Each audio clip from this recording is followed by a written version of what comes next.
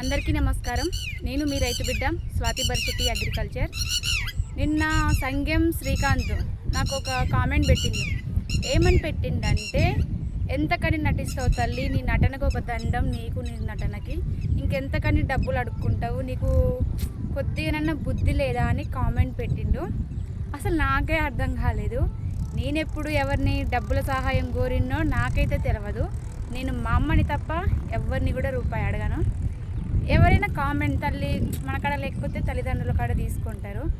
అది పక్కన పెట్టేసి, నేనంట యూట్యూబ్ పరంగా నా హెల్త్ బాగుండడం లేదు, నా పరిస్థితి ఇది, నాకు హెల్ప్ కావాలి, ప్లీజ్ నాకు హెల్ప్ చేయండి, నన్ను నా కుటుంబాన్ని ఆదుకోండి అని నేను వీడియోస్ పెట్టి మీ దగ్గర నుంచి నేను కొన్ని లక్షలే వసూలు చేసిందంట. మరి నాకైతే గుర్తులేదండి. మరి ఎవరెవరు డబ్బులు కొట్టిర్రో, ఎవరెవరు ఎన్ని కొట్టిర్రో నాకైతే తెలియదు. మరి మీకేమైనా తెలిస్తే కొద్దిగా కామెంట్ చేయండి. ఇంకోటి ఏంటంటే, మీరు ఎవరెవరు నా అకౌంట్లోకి ఎన్ని వేల డబ్బులు పంపిర్రు, ఎన్ని లక్షలు కొట్టిర్రో ప్రతి ఒక్కరు అది కూడా కామెంట్ చేయగలరు. ఎందుకంటే నాకైతే తెలియదు. నా అకౌంట్లోకి అయితే ఏ లక్షలు రాలే, ఏ వేలు రాలేదు. మరి తనైతే కామెంట్ పెట్టిండు. నేను బాగా సెంటిమెంట్ డైలాగు వేస్తున్నానంట. ఏమని, హెల్త్ బాగుండడం లేదని చెప్పి మీ దగ్గర నుంచి నేను డబ్బులు వసూలు చేస్తున్నానంట. కొద్దిగా బుద్ధి ఉన్నదిరా నీకు, వేస్ట్ ఫెలో. సిగ్గు, లజ్జ, మానం, అభిమానం ఉందా? ఒకరోజు కాదు, ఈరోజు ఈ సిచ్యువేషను నాకుంది. నేను ఎంత బాధ అనుభవిస్తున్నా, మేము ఎంత నరకం అనుభవించేది నాకు, నా కుటుంబానికి, నా చుట్టూ ఉండే జనాలకు కూడా తెలుసురా వేస్ట్ ఫెలో. నేను డబ్బుల కోసం నటించేదాన్ని కాదురా, పనికి మళ్ళీ ముండాకొడగా కష్టం చేసి బతికేదాన్ని. ఇంతవరకు ఒకరి కాడ చేయి జాపి నేను బతకలే. ఉంటే తింటా, లేకపోతే మా గూట్లో మేము పండుకుంటాం. కానీ వేరొకరి కాడికి పోయి నాకు ఇది కావాలి, అది కావాలి, నాకు వెళ్ళడం లేదు, నాకు హెల్ప్ చేయని నేను ఎన్నడూ మొరపెట్టుకోలేదురా. రండా ఎందుకు తిడుతున్నా అంటే, నేను ఈ మాటలు నాకు ఆవేశం అనేది ఆగడం లేదు. నాకు హెల్త్ బాగలేక మేము దేశ సంచారం వెళ్తున్నాం. అసలు ఉంటనా పోతనా ఏంది నా పరిస్థితి? ఏ హాస్పిటల్కి వెళ్ళినా స్కానింగ్ రిపోర్ట్లల్లో ఏం రావట్లేదు, ఏం లేదు, నువ్వు మంచిగానే ఉన్నావు, నువ్వు నార్మల్గానే ఉన్నావు, నీకు ఎటువంటి రోగం లేదని అక్కడ డాక్టర్లు చెప్తున్నారు. ఇక్కడ నా పరిస్థితి దారుణంగా ఉంది. ఎట్లా అంటే, నేను పని కూడా పోలేకుండా ఈరోజుగో ఇలా చిలకల పొంటి, రోడ్ల పొంటి, గుట్టల పొంటి, పుట్టల పొంటి నేను తిరుగుతున్నాం. అది నా పరిస్థితి. నీ ఇంట్లో నీ అక్కక, నీ చెల్లక, నీ అమ్మకో, నీ పెళ్ళానికో వస్తే తెలుస్తుంది. ఒక రోగం వస్తే ఆ రోగానికి ఏ మందు వేస్తే తక్కువవుతుందో ఆ మందు వేసుకుంటాం. ఇప్పుడు నాకున్నది ఏందో తెలియదు. నాకు వచ్చింది రోగమా, ఇంకేమన్నా ఏది తెలియదు. మందులు వేసుకుంటే నొప్పులు ఎక్కువైపోతున్నది. ఇప్పుడు నా పరిస్థితి ఏంది? నేను చనిపోతే నా పిల్లల పరిస్థితి ఏంది? అసలు ఆలోచిస్తేనే మాకు ఒక నరకంలో అనిపిస్తుంది. అలాంటి సిచ్యువేషన్లో మేము ఉంటే, ఈ రండ ఎవడో నువ్వు డబ్బుల కోసం వీడియోలు తీస్తున్నావు, నీకు బుద్ధి అనిపించట్లేదా అని అంటుండు. నీకే సిగ్గులేక నాకు ఆ కామెంట్ పెట్టినవరా? నువ్వు నా స్టార్టింగ్ నుంచి వీడియోస్ చూడు. నన్ను నేను హెల్ప్ కోరినేమో ఒక్కసారి చూడు, నీకే అర్థమవుతుంది. నా సొంతంగా నేను ఎంతోమందికి హెల్ప్ చేసిన. నేను ఆ వీడియోస్ పెట్టుకోలేదు. ఎందుకంటే మనం ఫేమస్ అవ్వడానికి అవసరం లేదు. ఏదో నా స్తోమతకు మించింది నేను సహాయం చేసిన. నిన్న కాక మొన్న స్వరూప అంట, 2 పిల్లలు, ఒక బాబా ఒక పాపు. తను లేవలేని పరిస్థితి. తను నాకంటే ఎక్కువ హీనంగా తయారైపోయింది, పుల్ల లెక్క. అట్లా ఉన్న ఆమెకి కూడా 20 రోజుల కింద నాకున్నంతలా నేను హెల్ప్ చేసిన. నేను ఎటువంటి వీడియోస్ నేను పెట్టలేదు. నేను వాళ్ళకు హెల్ప్ చేసిన, వీళ్ళకు హెల్ప్ చేసిన అని నేనేం పెట్టుకోలేదు. ఎందుకు పెడితే ఏమన్నా పేరా? నేను నాకున్నంతలా నేను చేసి పబ్లిసిటీ కావడం అవసరమా అనిపించి నేను పెట్టలేదు వీడియోస్. నేను నా బాధకు నేను తిరుగుతుంటే నీకెంత బాగా బుద్ధి లేకుండా నువ్వు వీడియోస్ కోసం ఇలా నటిస్తున్నావు, నీ నటన బాగుందని అంటున్నావు. నీకు సిగ్గు అనిపించడం లేదా? నేను ఎంత కష్టం చేస్తాను. నా వీడియోస్ మొత్తం పని గురించే ఉంటుంది. పొద్దు లేస్తే సంచి చేత పట్టుకొని పొలాలెంట నాట్లు వేసుకుంటూ, నిమ్మకాయలు ఏరుకుంటూ, పచ్చేల పత్తి ఏరుకుంటూ, గడ్డి వీకుంటూ 10 మందిలా సంతోషంగా ఉండే నేను ఈరోజు మేము ఏం చేయాలనో తోచక అడవి రోడ్ల పోంటి తిరుగుతున్నాం. చెట్టుకు కనపడ్డల్ల చెట్టుకు పుట్టకు దండం పెట్టుకుంటున్నాం. దేవుడా, నాకు వచ్చిన సమస్య తొలగిపోవాలి, నేను చనిపోతే నా పిల్లలు ఆగమవుతారు. అసలు ఏంటి మా పరిస్థితి? అసలు అర్థం కాని పరిస్థితి.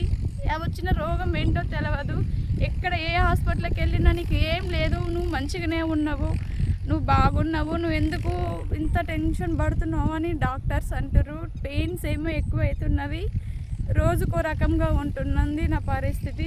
అర్థం కాక ఇంట్లో మా అమ్మ, నేను, మా తమ్ముడు, నా పిల్లలతో శుద్ధగా పిచ్చోళమై ఏడుస్తుంటే నువ్వు ఎంత బాగా ఆ కామెంట్ పెట్టినావు. నీకెందుకు సిగ్గు అనిపించట్లేదు? నువ్వు నాకు ఎప్పుడన్నా కొట్టినావా పైసలు? చెప్పు మరి, నువ్వెన్ని కొట్టినావో చెప్పు. అట్లా కూడా నువ్వు కొట్టిన పైసలు స్క్రీన్ షాట్ తీసి అందులో కామెంట్ పెట్టు. అర్థమైందా? నీకు అర్థమవుతుందా? ఒక ఆడపిల్ల ప్రాణాలతోటి పోరాడుతుంది, తనకు వచ్చిన జబ్బేందో తెలియదు. తెలియని దాని గురించి ఏ దేవునికి ఏ పుట్టకు దండం పెడితే ఏ పుట్టలో ఏ పాము ఉంది, ఎవరి దగ్గరికి వెళ్తే తక్కువవుతుంది అని మేము రోజు కాళ్ళ చెప్పులు అరిగిందాక తిరుగుతున్నాం. అది నా ఆరోగ్య పరిస్థితి. నాలాంటి పరిస్థితి పగోనికి కూడా రావద్దు. అందరూ నా వాళ్ళని నమ్మి ఈరోజు నేను మోసపోయినా.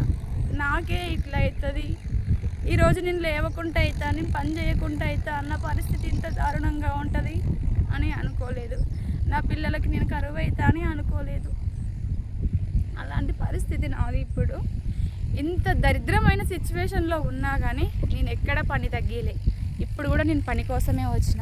ఇంకో ఇది మాదే అన్నమాట, 38 గుంటలు.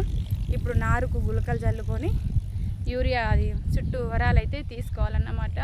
ఇంటికి కూలి మనిషిని పెడితే రోజుకు 1200 రూపాయలు. నేను ఉండేదే ఇంటికాడ, నేను ఆంచి తీసుకొచ్చాను. అందుకని నేనే నాకు అడిగి చేసుకుంటా. ఒక్కనాడు కాకపోతే రోజుకి ఇంత తీసుకుంటా. ఎటువంటి ఇంటికాడనే ఉంటున్నా. ఇక రోజుకి ఇంత తీసుకుంటే అయిపోతుంది అని పని చేస్తున్నా. ఎంత ఆరోగ్యం బాగలేకపోయినా కానీ నా స్తోమత నా శక్తికి మించి నేను పోరాడుతున్నా పని కోసం. పని అంటే పిచ్చి. 10 మందిలా పనికి పోతే ఎంత ప్రశాంతంగా ఉంటుందంటే మనకున్న టెన్షన్స్ అన్నీ మర్చిపోయి ఆ రోజు మొత్తం ఎంత బాధ ఉండని అలా నలుగుట్లో ఉంటే అది వేరే అన్నమాట. అలాంటిది పని వదిలిపెట్టుకొని ఈరోజు బాలే. ఇంకోసారి ఎవరికి కూడా ఇట్లాంటి కామెంట్స్ పెట్టకు. ఇంకొకసారి నాకు పెడితే మాత్రం చెప్పు తీసుకొని కొడతా. కానీ అయిపోయినా ఇంకో మాట కూడా అనాల్సి వస్తుంది. నిన్ను అనకు. నా సిచ్యువేషను అంత దరిద్రమైన సిచ్యువేషన్. నేను లాస్ట్ జోన్లో ఉన్నా, ప్రాణాల కోసం పోరాడుతున్నా. పొంగి నేను పని చేయలేను. ఈ తొంట్లు మొత్తం పీక్కపోతవి, నరకం అనుభవిస్తుంది. అసలు జల అని గుంజుకొస్తవి కిందికి. మనకు ఒక పుండు షీం పడితే ఎలా జల అంటుందో ఇప్పుడు నాది కూడా అదే పరిస్థితి అన్నమాట. అట్లా ఉంటుంది నా హెల్త్. నిన్న మొన్నటి దాకా నా ముఖం ఇంతలా ఉబ్బింది, ఇవాళ చూసినాక పీక్కపోయింది.